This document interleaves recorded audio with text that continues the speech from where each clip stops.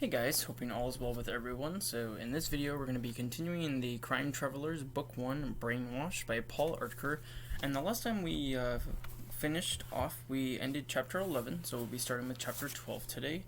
And as always, I'll be showing you any pictures we come across. We don't see too many with the Crime Travelers books, but if there's any I will definitely show them to you.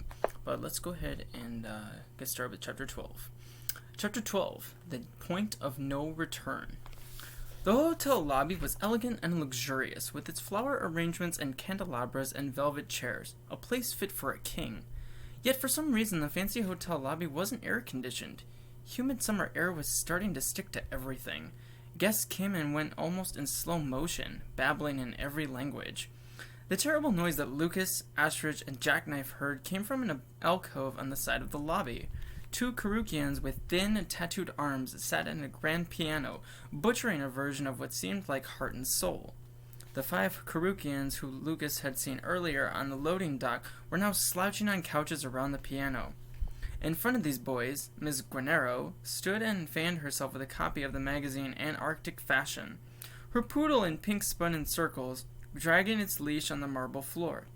Under the piano, Gini sat in a stroller and hiccuped in the pauses of the song. Miss Guennero then sat next to the boys at the piano and completely surprised everyone. She not only played with flair, but the music was so beautiful that the entire lobby seemed to feel lighter and happier. Everyone was smiling. "Oh," said Jackknife. "Mr. Salotti had me practicing that song last week." Astrid added, "That's Beethoven's Appassionata." "Yeah," said Jackknife, "but she's good. Really good." Lucas shook free from his confusion about this wicked woman playing beautiful music. He surveyed the lobby and calculated a plan to get Gini back. A clattering around startling him as a porter pushed a wobbly wheeled luggage cart across the tiled floor. Behind the cart a French family followed, pulling French suitcases made in China by the good company. As soon as the cart had passed, the last person Lucas wanted to see appeared in front of them. "Herve," Astrid said. "Where did you just come from?" The bald-headed French boy panted. "Lucas is good at losing people," he grinned. "I am good at finding them, which is why Madame Beach sent me to meet you." Lucas put his finger on what was bothering him about Herve, but he felt like Herve just wasn't being completely truthful. Whatever the reason, Lucas felt like he had wasted enough time. "I'm going to get Gini back." "What?" Jackknife asked, scrunching his thick black eyebrows. "What are you going to do?" "I don't know," said Lucas. "I'm just going to go and take her back." "I'm confounded by this," Herve said, still breathing hard. "You must not confront Madam Guennero. This I know." "You seem to know a lot," said Astrid. "About them," said Lucas, pointing at Miss Guennero and her Kurukians. Herve glanced back at Miss Guennero and then leaned on his cane and hung his head as if to hide. "I know too much," unhappily. Lucas was about to strangle this kid. "Well then tell us what you know." "But of course," said Herve. Said Astrid, "how did Miss Guennero get Gini off our plane?" Herve shrugged. "This I do not know." "I can tell you that," said Jackknife. The three kids looked at Jackknife. "This is my 5th Tier 1 mission with the new resistance," he said. "But I have never seen so many things go wrong. Maybe it's because grown-ups are not in charge." Astrid leaned over Lucas's shoulder and closed the circle so they could listen to Jackknife's story. "So, anyway," he continued, "you both left in your storage container, and all the others were loaded onto the trucks, and they all took off to different parts of Paris. No problem. But the ground crew had trouble with my container, so Corolla and I had to wait in the little airport cafe. She ran back to the airplane to do something. Fix that beautiful black makeup, I'm sure. And then there was this rush of cars, like customs agents or passport agents, I thought, only they were unmarked SUVs with tinted windows, and they surrounded our plane." "Aha," said Herve. "The Gooder Guard." "Gooder Guard?" Lucas asked. Herve nodded. "That's what we used to call them." "So you know them?" Astrid asked. No, said Herve. "They know me." Lucas spoke to Jackknife. "Go on," he said. Jackknife continued. "These guys, They were more like Iraqi Republican guards wearing those dumb-looking crash helmets. But they said they were with the ICMEC, and they were there to get a baby. 2 seconds later, they rushed into Whitebird 1. It was crazy. A minute or two later, they left the airplane with Emerald and the baby, and they got into their SUVs. And they drove away. "What about my dad?" Lucas asked. "And Coach Creed," Astrid added. Jackknife kept talking. "And Robbie, and Sophia, and all the others too," he said. Supposedly, Corolla had been in the bathroom when all of this was going on. She said she had smelled something electrical burning. "On the plane?" Lucas said. Jackknife nodded. "Yeah." "So," Lucas said with wide eyes, "were they in there? Are they—" "I don't know," said Jackknife. "Corolla didn't see or hear anyone on the plane because the electronic lock on the boardroom door had been destroyed and she couldn't open it. She doesn't know what happened, except something was burning." "So then what?" Astrid asked. "After the gooder guard took Emerald and Gini, Corolla ran out and got into our container, which was already on the truck. The driver didn't seem to know anything. He just took us into Paris, to a warehouse on the other side of the Seine. We crossed the river back to this side, and as soon as Corolla saw Mrs. Guennero and the reporters outside the hotel, she took off on her own." Herve struck his bald head between Lucas and Astrid. "Believe me," he said. "Madam Guennero, she was Herve's. Corolla is smart. We must avoid this woman. I am telling you, I know she was always has ways of making anyone do what she wants." Lucas stepped into the middle of the crowded lobby and tried to think. For him, algebra made sense. He could always solve for x. In this case, there was no x marking the spot. Everything in his mind was cluttered. Even the languages he could hear around him were confusing. Chinese mixing with Khmer and Arabic and Dutch. All the schooling he had in his life had not prepared him for a time when things were as vague and puzzling as they were now. Everything seemed to have fallen apart so quickly. They were truly on their own. The others joined Lucas under the chandelier. Astrid declared, "I think it's pretty clear that something's not right here. We should probably go to the safe house." "Where is this found?" Herve asked. Lucas ignored Herve. "You're right," he said to Astrid. "The smart thing to do is go to the safe house. That's what we're supposed to do. But the right thing to do is find Gini." Chapter 13. Master Key, Master Plan. Lucas, Astrid, Jackknife, and Herve stood motionless under the chandelier in the center of the crowded lobby. To the left, Miss Guennero still mesmerized everyone with her beautiful piano playing. On the opposite side, the cafe was packed, and the waiters bustled noisily back and forth to the tables. From behind the reservations desk, Charles Magnus emerged and marched into the hotel's lobby. The big bearded man walked right past Lucas and his group. Herve hunched over and hid his face. Magnus stopped at the lobby cafe and spoke to 2 security guards who were drinking coffee and eating baguettes covered in powdered sugar. Magnus then cut back across the lobby and approached Miss Guennero. Herve turned his back and whispered, "That's Charles Magnus, head of Good Company Security." "We know," said Jackknife. "We saw a video." Lucas snapped, "What video did you see, Herve?" "I know you do not have confidence in me, Lucas," said Herve, almost bleeding. "I am trying to help you. Honest." Miss Guennero was still seated at the piano. She finished her tune in dramatic fashion, and most everyone in the lobby and the cafe applauded. Charles Magnus whispered into his boss's ear as 2 boys next to Miss Guennero began slapping at the piano keys. Miss Guennero's expression changed. She stood and closed the piano on the boys' fingers. With a flip of her wrist, Miss Guennero shooed them all out the front door. Magnus took the poodle by the leash while Miss Guennero pushed Gini in the stroller. They pretended to be some happy family, which made Lucas even madder. The fake family strolled down a bar hallway with their baby and dog, and they got on an elevator and disappeared. "Great," said Lucas, throwing his hands up. "We have no idea where they went." "Probably," said Herve, "to the office." "What office?" Astrid said. "In each good hotel," Herve explained. "Madam has an office, a room to which she diverts all air conditioning." Jackknife said bluntly, "Well, where is it?" Nobody knows, said Herve. It can change from day to day. She is nervous, no? Astrid was persistent. We really should go to the safe house. No, said Jackknife. Lucas is right. We should get the little girl. We've got time because Magnus obviously doesn't know us. He knows me, said Herve. Lucas folded his arms. You're not telling us the whole story, he said. Are you? No, said Herve. I am not. But you know how it feels when no one believes you. You eventually stop telling the whole truth, and you come to rely on yourself because you know what you are doing is right. For the moment, that made sense to Lucas, and he nodded deeply. Herve was actually helping. He was just different. Astrid sighed. So what's the plan, guys? Just get a master key card, said Jackknife. We'll find them. Just like that? Lucas asked. I get them all the time, Astrid said confidently. We'll get Gini and then go to the safe house.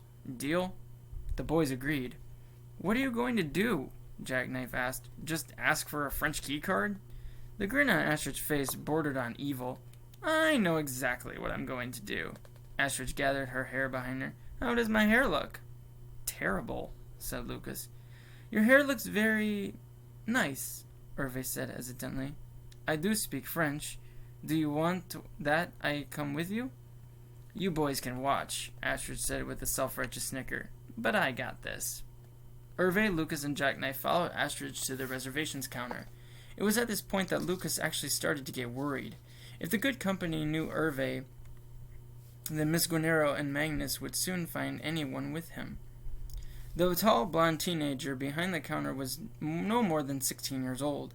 He smiled at Astrid and then spoke rapidly. Hello, bonjour. On this shirt, a name tag read Bortos Chevangelic. Below his name were French, Russian, Swedish, and British flags, indicating the languages he spoke. He was dressed in a French blue shirt and tie, and when he spoke, his nose curled, making it even more pointed. The French and English that came from his mouth were both lightning fast. He said, Can I help you? Est-ce de je peux vous aider? We need a key to our room, stammered Astrid in English and then past French. Nous avons besoin d'un clair pour notre chambre. Botros lightly poised his fingertips on a keyboard. Did you receive a card already? Astrid pulled a Globe Hotel keycard from her pocket. This one doesn't work. Boutros took her keycard and examined it. This one belongs to the Globe Hotel, he said. This is the good hotel. Our cards are slightly different. Perhaps you are mistaken. Boutros swiped Astrid's Globe Hotel keycard into a reader and set it on the counter. His look was puzzled and almost desperate as he stared at his monitor. He typed furiously on the keyboard. Strange, he said. This card for some reason has security access for our buses. We must have a bug in our system. Of what means did you obtain this card? Astrid said softly. My uncle gave it to me. Your uncle? Uncle Magnus, said Astrid. Good one, Lucas thought. Oh, said Boutros. His niece. Boutros scratched his head and looked at the 4 teenagers standing before him. His eyes buckled as he focused on Herve. Do we know each other? Herve said, Perchance. Lucas and Jackknife eyed each other. Then Lucas spun around and took stock of the lobby. It was still very busy. The 2 security guards who had been in the cafe were eating what appeared to be another plate of baguettes. There was now powdered sugar everywhere around them, on the floor, on the table, and their dark blue jackets. Astrid gathered her hair and swept it around so that it fell across her shoulder. May I call you Boutros? She asked in a breathy tone. Boutros leaned in closer to Astrid and spoke so softly Lucas could not hear at all. Astrid kept spinning her magic and pointed at the flags on his jacket. Do you really speak all those languages? I do, said Boutros, now resting his elbows on the counter. Your French is quite good. Do you speak other languages? I speak English, obviously, said Astrid, and French and okay Russian and Chinese, and a little bit of Spanish, Portuguese, and a few words in Mayan. Boutros panted. How can I help a beautiful young international lady like yourself? Lucas bowed his head in shame. The Boutros guy was in love with his sister. Yuck. We were just thinking, said Astrid. Just hoping someone at the good company could tell us where Miss Guennero's office is. Ah, Madam Guennero. Botros rolled his eyes. She changes offices like most people change underwear. He chuckled at his joke. Excuse me, that was unprofessional. He straightened up quickly, and his expression and tone became almost robotic. Madam Guennero is wonderful to us all. I would do anything to help her, but I do not know where her office is. Herve leaned over to say something to Lucas and Jackknife, but Astrid started talking. Botros, she whispered, you would do anything for Miss Guennero. Of course. Would you do anything for me? If Madam Guennero would like it. Miss Guennero would like for you to give me a key, Astrid said with a twinkle in her eyes. Botros was butter again. I'll be honest with you, he said as he stared into Astrid's eyes. I've worked for the good company since I was 5, he said. I'm 11 months away from 17, and I have aspirations of great success with the good company. During this conversation, several new guests had arrived and were waiting in an ever-growing reservation line. 2 more clerks came out and began checking in other guests. Botros briefly peered over Astrid's head to see the end of the line. Lucas slithered his hand around Astrid's back, snatched the Globe Hotel keycard back, and shoved it into his sock. Astrid moved to close her argument. I need a master key now, Botros. Now. More robot than human, Botros Svenglak inserted a good hotel card into the silver reader and punched a series of numbers into the keypad. Without my manager's approval, I can only add 1 hour of time to the card. After that, it must be reset. I hope that will be enough for you, Miss Bennis, said Astrid. Ah, Botros nodded. A good name. Astrid blew him a kiss and snatched the master key card. You're a doll. Here's my gift to you, said Botros, as he also gave Astrid a Navigo card. The pin is 7777. She took the card, glanced at it, and slid it into her back pocket. Then she and the 3 boys walked away. Botros is one messed up dude, said Jackknife. Like, brainwashed. What? Astrid said. He liked me. Botros is brainwashed. Yes, said Herve. No one has aspirations of great success within the good company. It's part of this brainwashing. But he, like me and others, is only half brainwashed, because they use the old method. Lucas said, What does that mean? How do I explain? Said Herve, talking to himself. You know that the good company brainwashes all new Kurukians in a special ceremony. This you know, right? They all nodded. The ceremony is only the beginning. There are many levels of brainwashing, and consequently there are... Herve bit his lip. There are also secret ways to undo the brainwashing.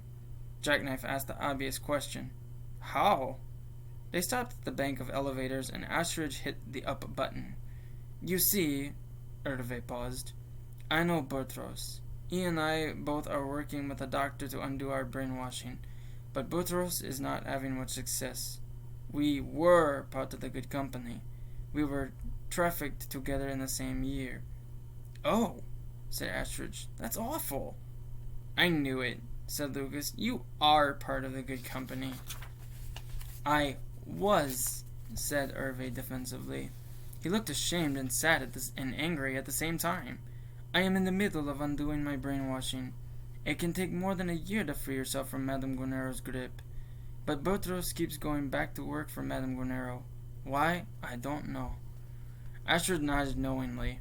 Sounds kind of like Stockholm Syndrome, where hostages actually start to like their captors. Exactly, Jackknife said. That's exactly what Travis called it. But now, Herve explained, the good company methods are unbreakable. Unless caught early, it is very difficult to stop at brainwashing. Jackknife pressed for the answer. So how do you undo this brainwashing? For some, there are sounds, Herve explained.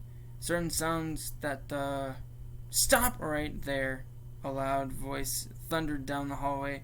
Herve Pivifanis, stop! The 2 security guards who had been in the lobby cafe came charging at the group. They were an odd-looking pair. One was heavy with clothes too small, the other was scrawny with clothes too big. They looked even more ridiculous with powdered sugar from the baguettes still on their faces and jackets. Herve looked frightened. "I cannot return to the Kurukians," he pleaded. The elevator dinged and the door opened. Lucas could tell that Herve wasn't lying. "Run!" Jackknife said. "He can't run with a cane." "We'll block them for you," said Lucas. "Be careful," said Herve as he elbowed down the hallway. "There are hidden passages in this hotel."